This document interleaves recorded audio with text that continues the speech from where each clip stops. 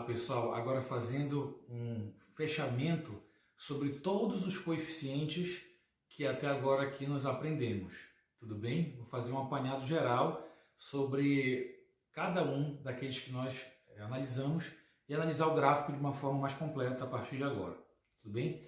Então, a minha função é ax² mais bx mais c. Eu vou analisar agora passo a passo cada um desses, tudo bem? Então, eu coloquei aqui 2, 4, 6 gráficos que estão dispostos dessa maneira, e aí eu quero fazer uma discussão com vocês agora com relação à questão do valor nulo. Nós já conversamos que o valor A ele pode ser positivo ou negativo. Nós já conversamos que o valor B também pode ser positivo ou pode ser negativo. O valor C, idem, pode ser positivo ou negativo. Agora eu vou fazer uma discussão com vocês com relação ao valor zero. Bom, os coeficientes eles podem assumir valor zero? Nós já vimos que o valor A é o único coeficiente que não pode assumir valor zero em função de ele estar acompanhando o termo x ao quadrado. E por que ele não pode ser zero? Porque se ele o for, nós vamos retirar a parte que caracteriza a função do segundo grau, que é justamente o x ao quadrado. Então, o A é o único coeficiente que não pode, sob hipótese nenhuma, ser zero, porque se assim o for, deixará de ser função do segundo grau. Então, ele pode ser positivo ou negativo apenas. Se for positivo, com cavidade voltada para cima, se for negativo, com cavidade voltada para baixo. Agora, e os outros coeficientes? E o coeficiente B e o coeficiente C, por exemplo? Nós já vimos como é que eles são definidos pela parte positiva e pela parte negativa. Mas eles podem ser zero? Eles podem ser zero. Eles podem ser zero. E aí, como é que a gente vai caracterizar, então, quando for zero? Perceba.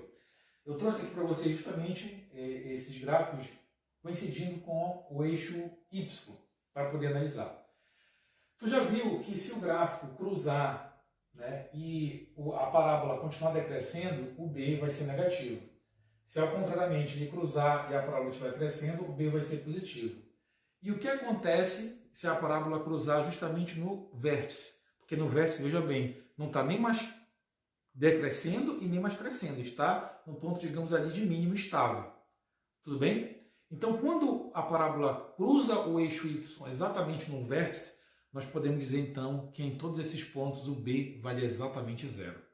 Então, acompanhe aqui comigo. Esse gráfico aqui, dessa função em azul, o vértice está coincidindo exatamente com o eixo Y. Então, B aqui é zero.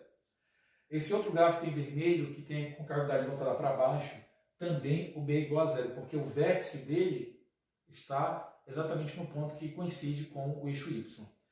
O gráfico em azul, que agora está cruzando no vértice e na origem, certo? Porque aqui, esse ponto aqui, do cruzamento entre os dois eixos, é o ponto 0, 0. 0 para x e 0 para y. Mas isso não importa. O que importa é que esse gráfico aqui, ele está cruzando a parábola exatamente no vértice. Então, B é zero. Para o gráfico vermelho também o B é igual a zero, porque o cruzamento da parábola com o eixo Y está acontecendo exatamente no vértice. Então o B é zero. O B também é zero aqui. Para esse gráfico agora trouxemos a parábola para a parte de baixo, para te mostrar que isso não tem nada a ver a questão de estar com concavidade para cima, com concavidade para baixo, ou na parte positiva ou na parte negativa do eixo. O que interessa é o cruzamento acontecer exatamente no vértice. Então, para esse gráfico em azul, o cruzamento está acontecendo também no vértice, o B também é zero, e para esse gráfico em vermelho, também está acontecendo a interseção no vértice. Então, para todos esses gráficos que aí estão, o B vale exatamente zero, pessoal. Exatamente zero. Tudo bem? Fazendo agora uma análise para o C. O que o C nos traz de informação? O C ele vai ser positivo se a parábola cruzar na parte positiva do eixo Y e vai ser negativo se cruzar na parte negativa do eixo Y. Mas a pergunta que vem, será que o C também pode ser zero? Ele pode ser zero. E quanto é que ele vai ser zero? Veja, nós já discutimos que esse C representa, o próprio valor dele representa o exato ponto onde acontece a interseção da parábola com o eixo Y. Então, se a parábola interceder exatamente o Y aqui, olhe para o Y, no zero, então é porque o C vale exatamente zero. Então veja, esse gráfico aqui tem um determinado C positivo, porque está cruzando aqui no vértice, mas é um valor que interessa esse valor do cruzamento. Essa outra parábola também tem um C positivo. Aqui para baixo, a em azul tem um C já negativo, porque está cruzando a parte negativa. E esse gráfico em vermelho também tem um C negativo. E quando é que o C vai dar zero? Para essas duas parábolas que estão bem aqui na origem. Tá certo? O cruzamento dessa parábola está acontecendo exatamente onde o Y vale zero. Y positivo, Y negativo. E bem aqui na origem é exatamente onde o Y vale zero. Então, para essas duas parábolas, tanto em azul quanto em vermelho, o C vale exatamente zero, porque elas estão cruzando o eixo Y no Y igual a zero. Tudo bem?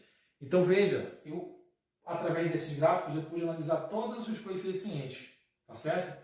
Para todos esses gráficos aqui, o B vale zero. Para todos esses gráficos, o B vale zero. Para esses dois gráficos aqui de cima, o C é positivo. Para esses dois gráficos de baixo, o C é negativo. E para esses dois gráficos que estão aqui na origem, o C vale exatamente zero. Tudo bem?